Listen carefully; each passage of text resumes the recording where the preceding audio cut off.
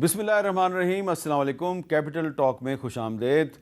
पिछले चंद दिनों से तहरीक इंसाफ के सीनियर रहनुमा जो हैं वो बार बार ये कह रहे हैं कि अब हमने सड़कों पे निकलने का फ़ैसला कर लिया है, बल्कि अली मीन गंडापुर साहब तो फ़ैसला कुन जंग का लफ्ज़ भी इस्तेमाल कर रहे हैं, फ़ैसला कुन जंग। लेकिन ये फ़ैसला कुन जंग कब शुरू होगी ये फ़िलहाल उन्होंने नहीं बताया। और इस फ़ैसला कुन जंग के मकासद क्या हैं? ज़ाहिरी बात है, एक मकसद तो बानी पीटीआई इमरान खान साहब को रहा करना है, और इसके अलावा वो क्या चाहते हैं ये तो वो आने वाले चंद दिनों में बताएंगे। लेकिन फ़िलहाल आप ज़रा उनके अल्फाज खुद ही सुन लें। अली मीन गंडापुर साहब क्या कह रहे हैं। हकीकी आजादी को मांगने की वजह से आज इमरान खान जेल में है। फैसला कुन जंग का वक्त करीब है। इस दफा इंशाअल्लाह जो फैसला कुन जंग के लिए हम निकलेंगे तो अपने घरों में हम बता के निकलेंगे कि अगर हम वापस ना आए तो बस ठीक है, फिर हमारे जनाजे पढ़ लेना, क्योंकि अब हमें समझ आ चुकी है कि शराफत से कानून के मुताबिक इस मुल्क पे हक नहीं मिलता। तो ये बहुत ही अहम अल्फाज हैं, और उसमें यहाँ तक वो कह रहे हैं कि अगर हम वापस ना आए तो फिर हमारे घर वाले जो हैं वो हमारे जनाजे पढ़ लें। तो ये इतनी एक्सट्रीम लेवल पे तहरीक इंसाफ की क़यादत क्यों पहुँच गई है, इस पर हम गुफ्तगू करेंगे। हमारे साथ मौजूद हैं जनाब आमिर डोगर साहब, चीफ विप हैं कौमी असम्बली में पाकिस्तान तहरीक इंसाफ के, और जनाब बिलाल अज़हर कियानी साहब जो कि असिस्टेंट सेक्रेटरी जनरल है मुस्लिम लीग नून के, और इस वक्त वो लाहौर में मौजूद हैं। आमिर डोगर साहब, जो गंडापुर साहब ने जो अल्फाज इस्तेमाल किए हैं, ये फ्रस्ट्रेशन है या वाकई तहरीक इंसाफ जो है उसने फ़ैसला कर लिया है कि अब डू और डाई का मरहला आ गया है, मारो या मर जाओ? बिस्मिल्लाहिर्रहमानिर्रहीम। मीर साहब, हम पिछले 2.5 सालों से अमलन तो हालत जंग में ही हैं और सड़कों पर ही हैं। अब आगे हमने एक बैठक की पेशावर में पिछले हफ्ते पॉलिटिकल कमेटी में और फिर कोर कमेटी में कि अब हमने इसको मुल्क गिर हड़ताल, जदोजहद और इस सारी मूवमेंट को कैसे लेकर जाना है और इसको किस तरह फैसला कुन बनाना है, जिसकी जानिब अली अमीन खान साहब ने भी इशारा किया। तो वर्कर्स हमारे, अवाम उसी तरह पुरजोश है, हमारा जज्बा, हमारा जुनून उसी तरह है, बावजूद इसके कि आज भी सैकड़ों कारकुन हमारे जेल में हैं, हज़ारों मुकदमात हम पर दर्ज किए गए हैं। 15,000 से ज़्यादा मुकदमात 9 मई से लेके आज दिन तक पाकिस्तान तहरीक इंसाफ पे दर्ज हैं, जो पाकिस्तान की 75 साला सियासी तारीख में किसी एक जमात के ख़िलाफ़ इतने मुकदमात जो सियासी इंतकाम का निशाना बनाने के लिए किए हों, उसकी मिसाल नहीं मिलती। अब हम क्या कर सकते हैं?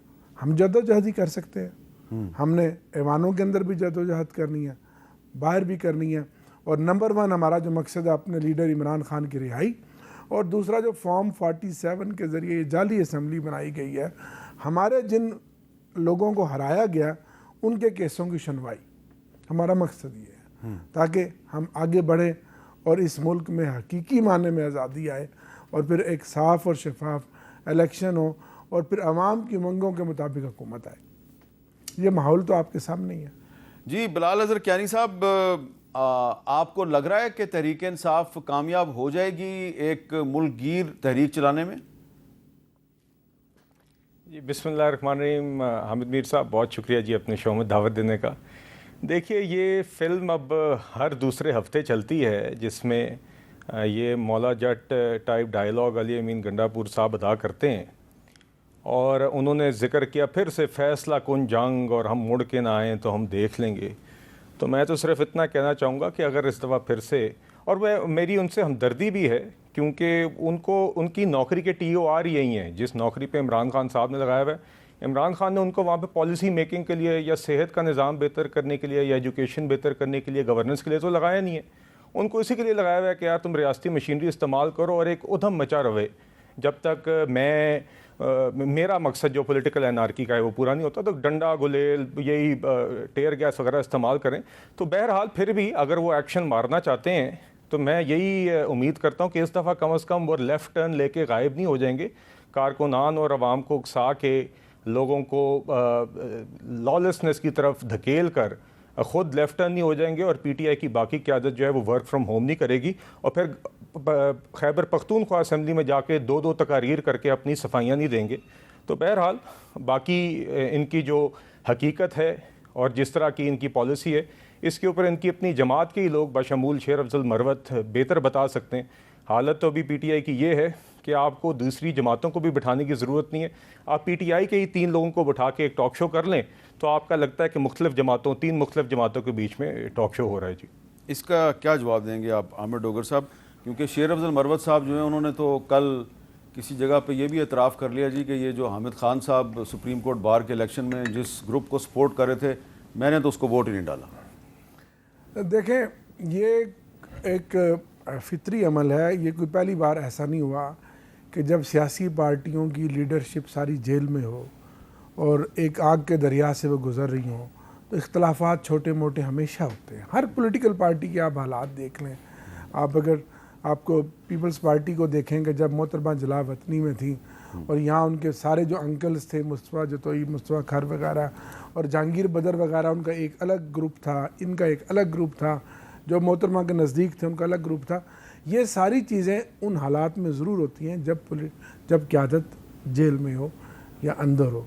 लेकिन हम एक नुक्ते पे मुत्तफ़िक़ हैं कि वो ये कि हमने इमरान खान को रिहा कराना है, उसको इस मुल्क का वज़ीर-ए-आज़म बनाना है इंशाल्लाह, और फॉर्म 47 की इस जाली हुकूमत को इसके घर तक पहुंचाना है और असली जो लोग जीते हैं 8 फरवरी को उनको इक़्तिदार तक लेके आना है।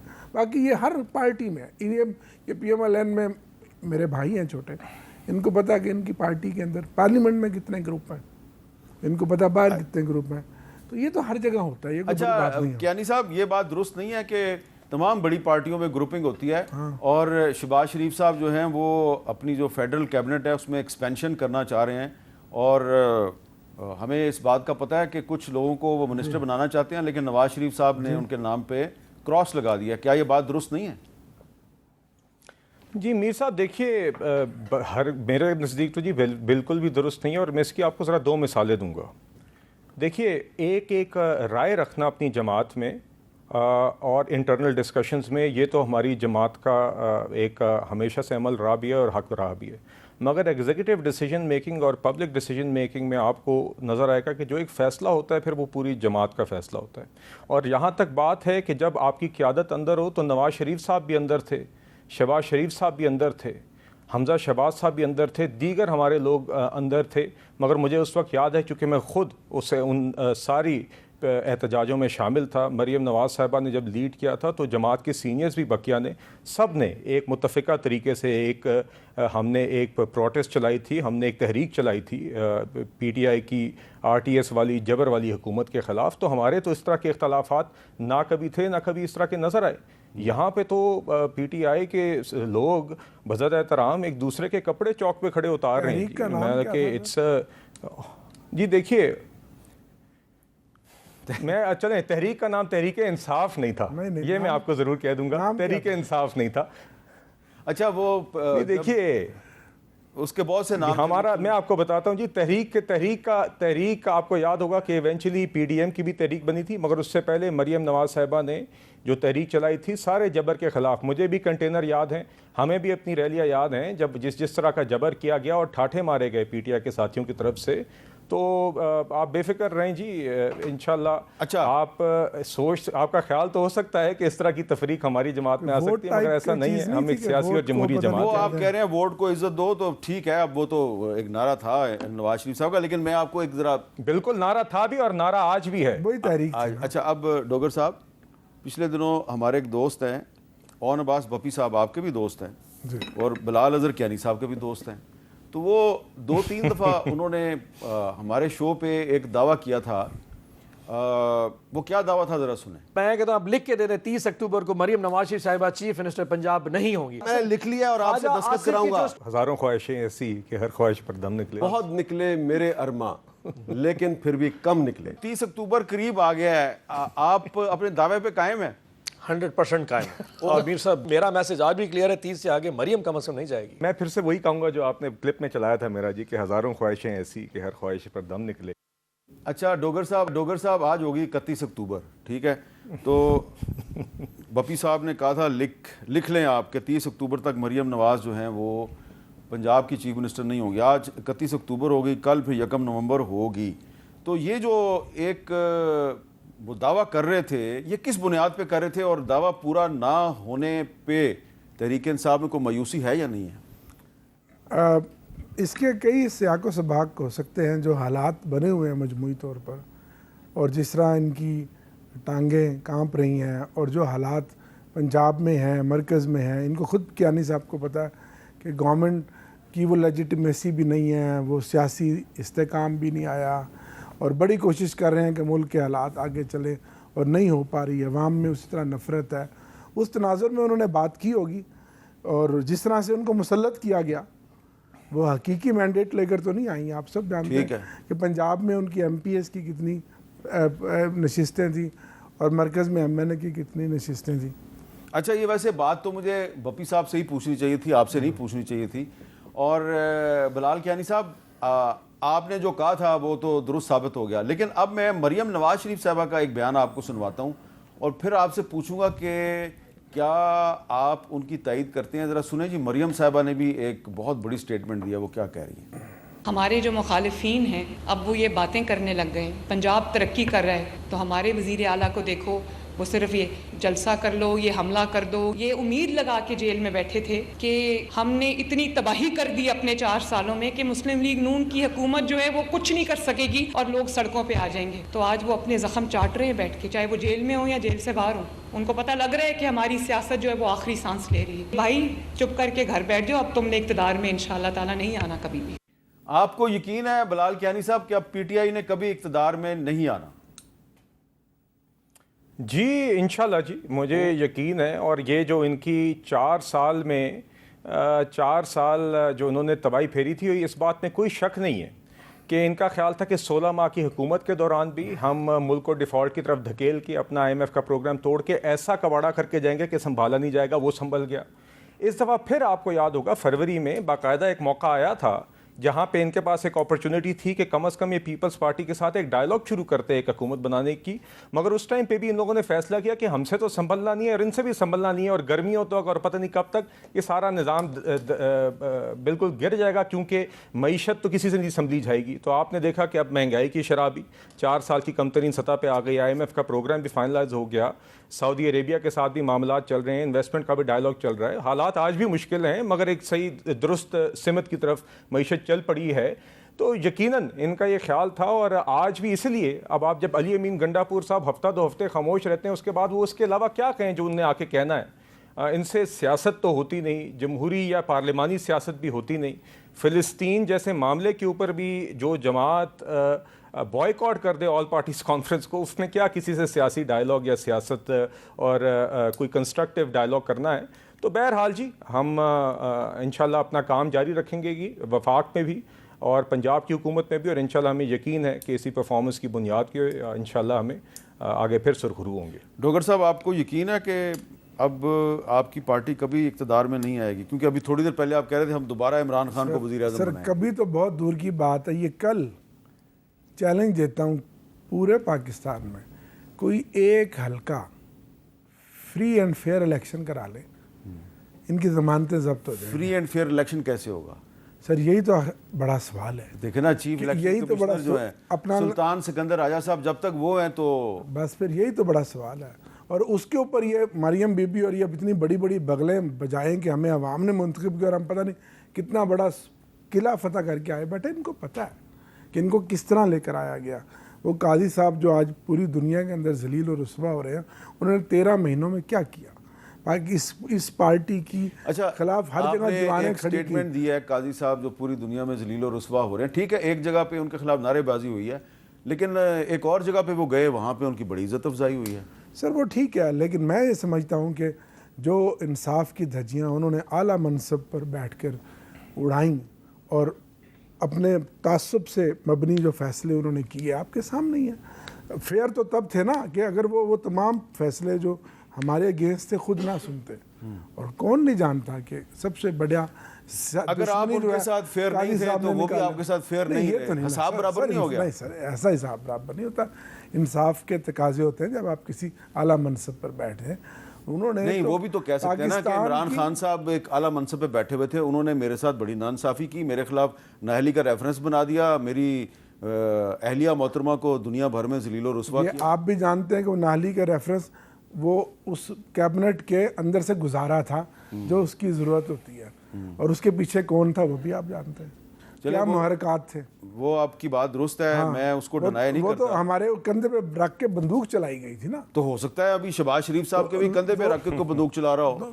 तो लेकिन अर्ज ये है कि काजी साहब ने मायूस किया इस कौम को, अच्छा ठीक है, बहुत मायूस किया, और ये जो जिल्लत है, रसवाई है, ये कब्र तक उनका पीछा करेगी। अच्छा, अब जो आपकी खैबर पख्तूनख्वा में जो हुकूमत है वो अब एक तरफ तो अलीमीन गंडापुर साहब कह रहे हैं जी कि हमने तो अब सड़कों पे निकलना है और फिर वापस नहीं जाना, और दूसरी तरफ मरियम नवाज शरीफ साहबा के ख़िलाफ़ पेशावर के थानों में दरख्वास्तें दायर कराई जा रही हैं। एक दरख्वास्त मेरे पास है, तो आपके ख्याल में ये अगर FIR उनके ख़िलाफ़ आप पेशावर के किसी थाने में दर्ज करते हैं तो ये मुनासिब होगा? मैं तो ज़ाती तौर पे समझता हूँ कि ये मुनासिब नहीं होगा, मेरी ज़ाती राय तो यही है। लेकिन क्या ये मुनासिब है कि मरियम साहिबा बतौर वज़ीर आला लोगों के घरों की चादर चार दीवारी को पामाल कर रहे हैं? परसों आपने हमारे एक MNA साहब की वाइफ की सुनी हाजी इम्तियाज़ साहब के साथ क्या हुआ, और वहाँ पिछले 1.5-2 महीनों में जो वहाँ फस्तायत आज दिन तक, हाजी इम्तियाज़ साहब की भाभी और चौधरी इजाज़ MNA साहब की वाइफ, तो और जो पंजाब में अब तक उनकी मशीनरी हुकूमत और पंजाब पुलिस जो कुछ कर रही है, क्या ये इंसाफ है? क्या एक एहतजाज करना किसी सियासी पार्टी का हक नहीं है?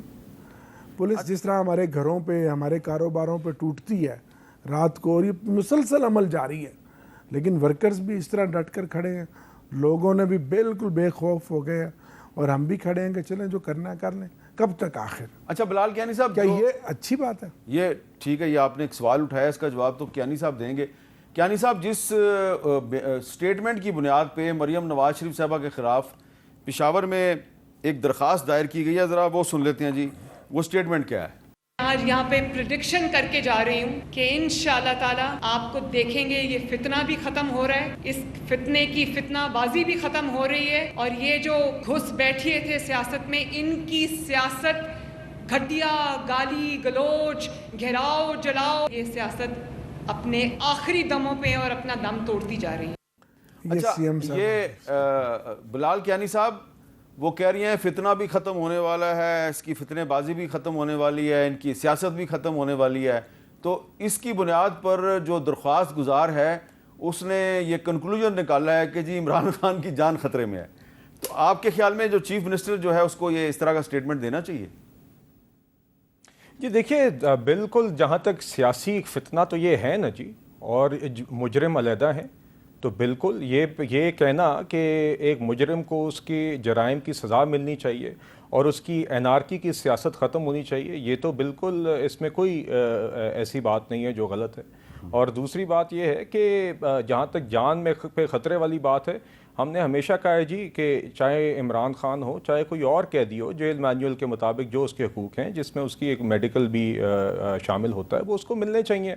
हमने तो वो कभी इंतकाम वाला काम नहीं किया जो इमरान खान साहब शौक़ से लोगों को अजियत पहुंचाते थे, जेलों में बैठे हुए पॉलिटिकल कैदियों को, और अमेरिका जाके ऐलान करते थे कि मैं देखना इसका ऐसी उतारूंगा और फलां करूंगा। और आपने देखा कि जितनी दफ़ा इन्होंने इस तरह का सियासत करने की कोशिश की खान साहब की सेहत पे, उतनी दफ़ा जब भी खुद ही या कभी इनके डॉक्टर या सरकारी डॉक्टर हमेशा यही कह के आए कि ऐसी कोई बात नहीं है, कभी जहर की बात करते हैं, कभी ऐसी बात करते हैं, मगर हमें इनकी बातों से गर्ज नहीं। हम तो ये कह दें कि कोई भी कैदी, मुजरिम, मुलजिम, उसका जो भी जेल मैनुअल के मुताबिक उसकी राइट्स हैं वो उसको मिलनी चाहिए। बाकी बिल्कुल जो एक पॉलिटिकल एनार्की है, एक डिस्ट्रक्टिव पॉलिटिक्स है, इसके ख़िलाफ़ हम जंग लड़ते भी रहेंगे और इंशाल्लाह सुरखरू भी होंगे जी। यहाँ पे एक ब्रेक लेते हैं, ब्रेक के बाद मैं आमिर डोगर साहब से पूछूंगा कि मरियम नवाज शरीफ साहिबा के ख़िलाफ़ खैबर पख्तूनख्वा में FIR दर्ज हो सकेगी या नहीं। वक्फे के बाद दोबारा मिलते हैं।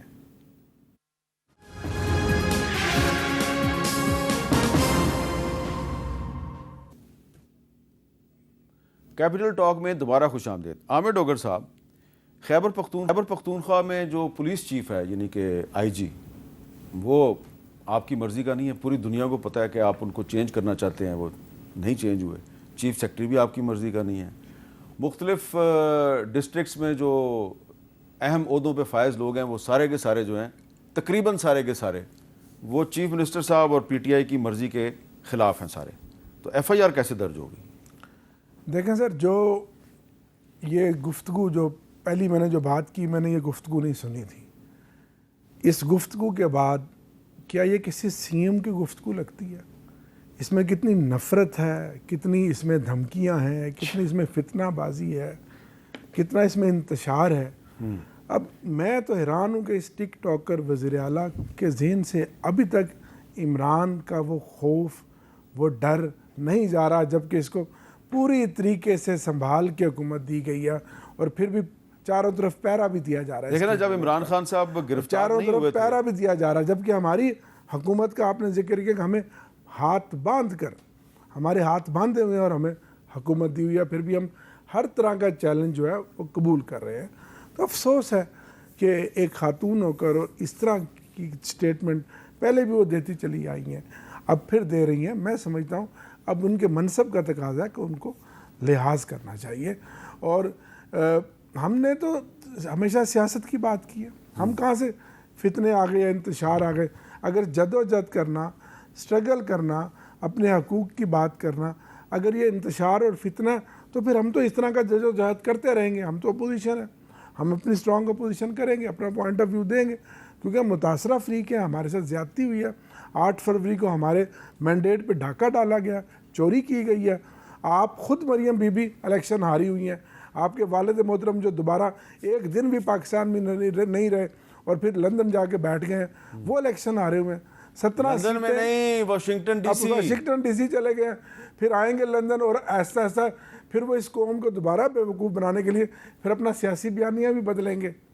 फिर वो सियासी बयानिया भी आप देखेंगे उनके नहीं, लेकिन बदलेंगे। सियासी बयानिया तो PTI का भी बदल गया ना। पहले PTI कहती थी एब्सोल्युटली नॉट, हमारे खिलाफ अमेरिका ने साजिश किया। अब अमेरिकी कांग्रेस के 62 अरकान जो हैं वो बयान देते हैं कि जी इमरान खान के साथ ज्यादती हो रही है, उसको रहा सर करो। ये तो कांग्रेस मैन जो है वो एक पब्लिक के नुमाइंदे हैं ना, लेकिन अमेरिका में सिर्फ एक कांग्रेस मैन तो एक पिलर नहीं है ना, कांग्रेस तो नहीं है, उसमें स्टेट डिपार्टमेंट भी है, उसमें आप देखते हैं पेंटागन भी है, वाशिंगटन भी है। तो वो अगर उनके अमेरिकन स्टैब्लिशमेंट का एक ये पार्ट, आपके ख्याल में अमेरिकन कांग्रेसमैन पाकिस्तान की सियासत में मुदाखलत कर सकता है? सर ये तो पिछले 50, 60, 70 सालों से होता आ रहा है। आप अगर तो इमरान खान साहब इसी मुदाखलत को तो रोकना चाहते थे। नहीं, लॉबिंग तो पिछले 50, 60, 70 सालों से हो रही है, और यही लॉबिंग थी जो हमें रूस से दूर लेकर और चली गई अमेरिका तक, और जिसकी वजह से आज तक हम अपनी खुद मुख्तियार पॉलिसी ना बना सके। और यही हिंदुस्तान है जिसने रूस से भी और अमेरिका से भी आज़ाद खुद मुख्तियार पॉलिसी अपनाई, और आज हिंदुस्तान के अमेरिका के साथ भी $1 बिलियन की ट्रेड है, और $200-250 मिलियन की ट्रेड साल की उसकी रूस के साथ है। हम ना घर के रहे, वो क्या कहते हैं, ना तितर है ना हम बटेर है, ना घर के रहे ना घाट के रहे। हाँ। बिलाल कियानी साहब, ये बताएं कि तहरीक इंसाफ के कुछ रहनुमाओं का ये ख्याल है, और वो अपने इस ख्याल का बबागे दोहल मीडिया पे इजहार कर रहे हैं कि अगर अमेरिका के सदारती इलेक्शन में डोनाल्ड ट्रंप जीत गए तो फिर तो इमरान खान साहब जो हैं वो दिनों में रहा हो जाएंगे। ये हामिद मीर साहब उसी तरह की ख्वाहिश है और उम्मीद है जिस तरह की 30 से 31 अक्टूबर साहब की प्रेडिक्शन ऑन बप्पी साहब ने दी थी। तो चलें, ख्वाहिश रखने में, उम्मीद रखने में तो कोई कदगन नहीं है। देखिए, दूसरी बात यह है कि मैं ज़रा मुख्तसरन कमेंट करना चाहूँगा, क्योंकि आपने मरीम नवाज़ साहिबा के रिमार्क्स पे मेरे बड़े भाई डोगर साहब ने बात की। देखिए, मैंने आपको बताया कि बिल्कुल पॉलिटिकल एनार्की के ख़िलाफ़, पॉलिटिकल फितना के ख़िलाफ़ हम जंग लड़ते रहेंगे, और मेरे नज़दीक उनके अल्फाज में कोई ऐसी बात नहीं थी। मगर अगर आपने बात अब करनी है कि चीफ़ मिनिस्टर की गुफ्तगू का मयार क्या होता है, तो अली अमीन गंडापुर साहब तो काउंसलर के भी मयार पे उनकी ज़बान नहीं है। उनकी तो ज़बान किसी पब्लिक ऑफिस होल्डर या रुकन खैबर पख्तूनख्वा असेंबली के भी होने के काबिल नहीं है। आप आज अगर क्लिप चला सकें तो खैबर पख्तून, जब उन्होंने इस्लामाबाद के जलसे पे स्टेज पे खड़े होकर जो ज़ुबान इस्तेमाल की थी सहाफ़ियों के लिए, ख़वातीन के लिए, फ़ौज के ख़िलाफ़, आइन के ख़िलाफ़, ऐसी गुफ्तगू है जो आप शायद बार बार TV पे भी ना चला सकें, और अगले दिन इन्हीं के पार्टी के अभी मौजूदा चेयरमैन गौहर अली खान को सहाफ़ियों के वॉकआउट के बाद अनकंडीशनल अपॉलॉजी करनी पड़ी। मगर इस जमात का आलम यह है कि गौहर अली खान की अनकंडीशनल अपॉलॉजी के बाद जब सहाफ़ी वापस आए तो उसी शाम को अडियाला जेल से इमरान खान साहब के बयानात आए रिपोर्टर से बात करते हुए कि अली अमीन गंडापुर ने जो बात कही है वो बिल्कुल सही है और अगर उसकी बातों के लिए कोई माफ़ी मांगता है तो वो बेशक जमात छोड़ जाए। तो इस जमात की हालत और इस जमात की ज़बान ये है। और जहाँ तक बात है इलेक्शंस की क्रेडिबिलिटी की, तो मेरी गुजारिश होगी कि सबसे पहले पीटीआई अली अमीन गंडापुर के ही इलेक्शन के ऊपर मौलाना साहब को ही कन्विंस कर लें कि उसका इलेक्शन जायज़ है। जिन मौलाना साहब को साथ वो खड़े होकर कहते हैं कि हम मौलाना साहब को क्रेडिट देते हैं कि इनने वो मुसवदा आज उस सूरत पे है जिसको वो सेलिब्रेट कर रहे थे, और आज पीटीआई फिर यूटर्न लेके उस मुसवदे को रिजेक्ट करती है। अच्छा, मैं वापस चला जाता हूँ। जो कियानी साहब आपने कंपैरिजन किया ना मरियम नवाज शरीफ साहिबा और अली अमीन गंडापुर साहब के स्टेटमेंट्स का, तो मैंने मरियम नवाज शरीफ साहिबा की स्टेटमेंट चलाई जिस पे आमिर डोगर साहब ने कहा कि ये एक चीफ मिनिस्टर के शान शान नहीं है जिस तरह की वो ज़ुबान इस्तेमाल कर रही हैं। तो गंडापुर साहब की भी देख लेते हैं, एक क्लिप उनका भी चला दें जी। मरियम, मैं आ रहा हूँ, अगर मीनारे पाकिस्तान में इजाजत होगी तो ठीक है, वरना हमारे पठानों का असूल है, हम ढोल भी लेके आते हैं, बारात भी लेके आते हैं। तो डोगर साहब, क्या फ़र्क है दोनों की ज़ुबान में, क्या फ़र्क है? बस ये अनफॉर्चुनेट है कि मुल्क का माहौल ऐसा बना हुआ है कि हम कोई अच्छा मैसेज नहीं दे रहे कौम को, लोगों को। ये अनफॉर्चुनेट है क्योंकि आप के बारे में जो एक आपके मुखालफिन भी जो ओपिनियन देते हैं वो ये है कि जी आप बड़ी रवादारी के साथ और तहजीब और शाइस्तगी के साथ गुफ्तगू करते हैं, तो बाकी सारे इस तरह क्यों नहीं करते? नहीं, ऐसी बात नहीं है सर। मैं तो किसी पर कोई इल्ज़ाम नहीं लगाऊंगा। मेरी एक पॉलिटिकल वर्कर की ट्रेनिंग है और इसी हाल में ही मैंने आंख खोली है इसी सियासत में। तो बस ये है कि ये जो कुछ हो रहा है मजमूई तौर पर, जो जुल्म और सितम हमारे ऊपर हो रहा है, ये उसका रिएक्शन भी है ना, कि आप किसी को सांस अच्छा, भी लेने ना दें। आपने कहा अब मेरे भाई ने अभी बात की कि जी अडियाला जेल में जेल मैनुअल के मुताबिक होना चाहिए।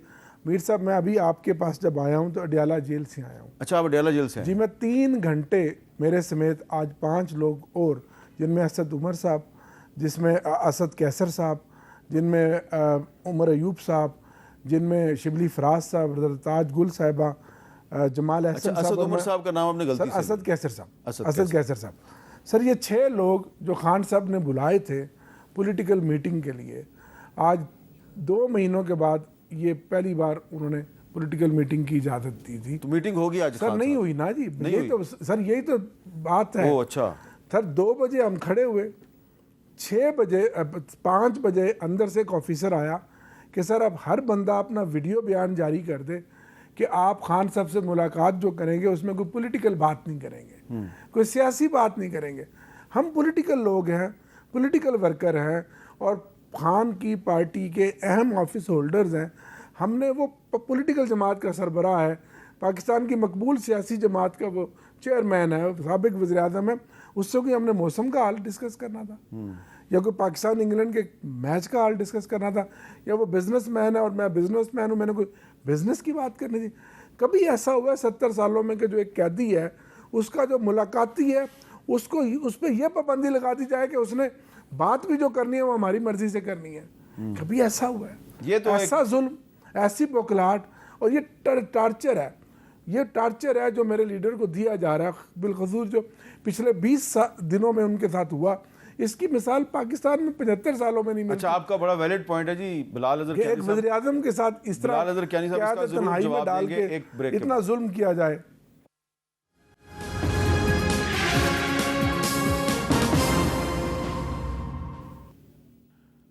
Welcome back. बिलाल कियानी साहब, वक्फे से पहले आमिर डोगर साहब बता रहे थे कि इनको और इनके साथियों को इमरान खान साहब से मुलाकात की इजाज़त नहीं मिलती है।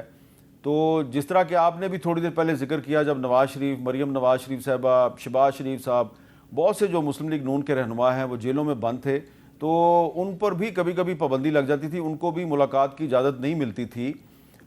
लेकिन क्या ये ज़रूरी है कि जो कुछ तहरीक इंसाफ के दौर में होता रहा वही कुछ मुस्लिम लीग नून के दौर में भी हो? जी मीर साहब, देखिए ये तासुर मेरे ख्याल से दुरुस्त नहीं है, क्योंकि आप ख़ुद देखते हैं कि हर दूसरे तीसरे दिन जब से खान साहब कैद में, तो एक तो सहाफ़ियों से इनकी मुलाकातें जारी रही हैं और इनकी रेगुलर मुलाकातें अपनी जमात के लोगों से भी जारी रही हैं। अभी रिसेंटली शायद एक गैप आया है, मगर जेल मैनुअल जो कहता है उससे तो बढ़ चढ़ के खान साहब को सहूलियात दी गई हैं। क्या सब कैदियों को डम्बेल्स और वर्जिश की मशीनें, मर्जी का खाने का मेन्यू और हर दूसरे दिन सहाफ़ियों से और लोगों से अपनी मर्जी के मुताबिक मुलाकात लेकिन जो कल इमरान खान साहब ने तो गुफ्तगू समझता की है, सुने, कल जो इमरान खान साहब ने सहाफ़ियों के साथ गुफ्तगू की है उसमें उन्होंने ये बिल्कुल डिनाई किया। उन्होंने कहा 5 दिन तक इन्होंने मेरी बिजली बंद रखी और तकरीबन 10 दिन तक जो है इन्होंने मुझे मेरे सेल से बाहर नहीं आने दिया, वॉक भी नहीं करने दी और बहुत सी उन्होंने शिकायत की। टीवी और अखबार अभी भी बंद है, खाना लंगर का खाते हैं। अच्छा मीर साहब, इसमें गुजारिश ये कि चलें, मैं तो आपसे कहता हूं कि जेल मैनुअल के मुताबिक इनके जो है वो उनको मिलना चाहिए, मगर ये भी बात हकीकत है कि उसके अलावा तो खान साहब को बहुत ज़्यादा तजावुज़ करके सहूलियात मिली हुई हैं। ओवरऑल अगर आप इनका वक्त देखें कैद में, क्या वर्जिश की इक्विपमेंट हो, मर्जी के खाने हो, लोगों से मुलाकातें हों, ये तो नहीं हो सकता कि क्योंकि खान साहब ने आज मीटिंग बुला ली है तो आज फिर उनसे सबसे मुलाकात होनी ज़रूरी है। जेल मैनुअल में जितना वक्त उनको मुलाकात का किसी के साथ किसी भी और कैदी को मिलता है वो उनको बिल्कुल हक मिलना चाहिए। नहीं मिला, मगर ये अडियाला का जेल है, ये बनी गाला का मीटिंग रूम नहीं है जी। 3 घंटे खड़े रहे, 3 घंटे के बाद उन्होंने जवाब दे दिया। कल वो वकला से मिले हैं, अभी तक 2 महीने कोर्ट ने आपको इजाजत दी हुई है? जी कोर्ट ने 1 हफ्ते में 3 सेगमेंट बनाए हैं। एक फैमिली की मुलाकात, एक ये जुमेरात को पॉलिटिकल लोगों की 6 लोगों की मुलाकात और एक वकला की मुलाकात। अच्छा। 3 दिन मुकर्रर किए। 2 महीने से हमारी ये जो जुमेरात वाली मुलाकात है ये बंद है। कल खान साहब ने ये 6 नाम दे के खुद हमको बुलाया था और हम पॉलिटिकल लोग हैं, खान की पार्टी के हम जिम्मेदार हैं। हमने खान के साथ, अपने लीडर के साथ सियासी मुशावरत ही करनी थी ना।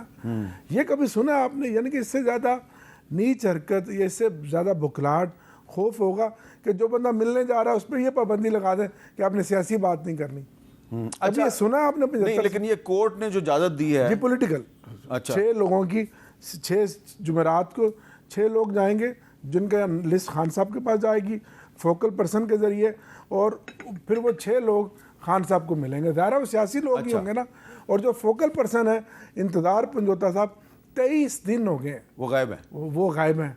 अदालत में पेशी लगती है, अदालत बस ऊपर नीचे करके, प्रोसिक्यूशन आती है, आईजी साहब आते हैं, बहाना बुना बना के फिर अगली पेशी दे देते हैं। मुझे अब तो जुल्म की इंतहा है। एक वकील, एक एडवोकेट का, हाई कोर्ट का वकील।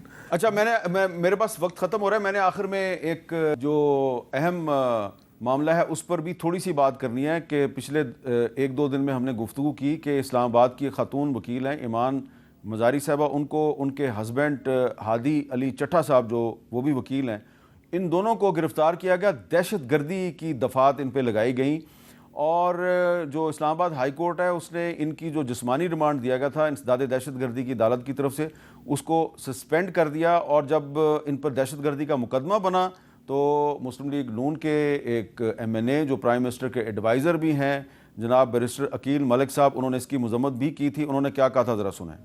खातून वकील ईमान मज़ारी, उनको इस्लामाबाद पुलिस ने गिरफ़्तार कर लिया है। जी अकील मलिक साहब कुछ कहेंगे इस पे आप? मैं वकील साहबा के साथ खड़ा हूँ और मैं इसको outrightly in the highest form condemn करता हूँ कि कतन देखिए, एक तो खातून और उससे पहले वो वकील और वो ह्यूमन राइट्स डिफेंडर हैं। और मैं बड़ा क्लियर स्टांस है, मेरी प्रिंसिपल पोजीशन है कि ये इंतहाई गलत है और हर फोरम पे जिधर मुझे मौका मिलेगा, इवन गवर्नमेंट को भी मैं ये कहूँगा कि ये इस तरह नहीं होना चाहिए। लेकिन गवर्नमेंट जो है उसने तो कोई फैसिलिटेट नहीं किया, ना ही कोई राहत दी ईमान मज़ारी साहबा को। आज अदालत ने उनकी ज़मानत मंजूर कर ली।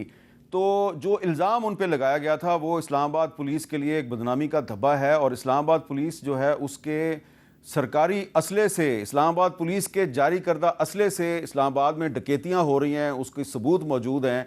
और इस्लामाबाद पुलिस जो है वो डाकुओं को और चोरों को पकड़ने की बजाय वकीलों पे दहशत गर्दी के मुकदमात कायम कर रही है। तो इस पर सोचना चाहिए, जो मुकदमात बनाते हैं और मुकदमात कायम करने का हुक्म देते हैं, उनको सोचना चाहिए कि आप पुलिस को किन मकासद के लिए इस्तेमाल करें। अगर आप उनको सियासी मकासद के लिए इस्तेमाल करेंगे तो फिर यही होगा कि पुलिस के असले से ही डाकू जो हैं वो इस्लामाबाद के शहरियों को लूटेंगे, जो कि नहीं होना चाहिए। इजाज़त दीजिए, अल्लाह हाफ़िज़।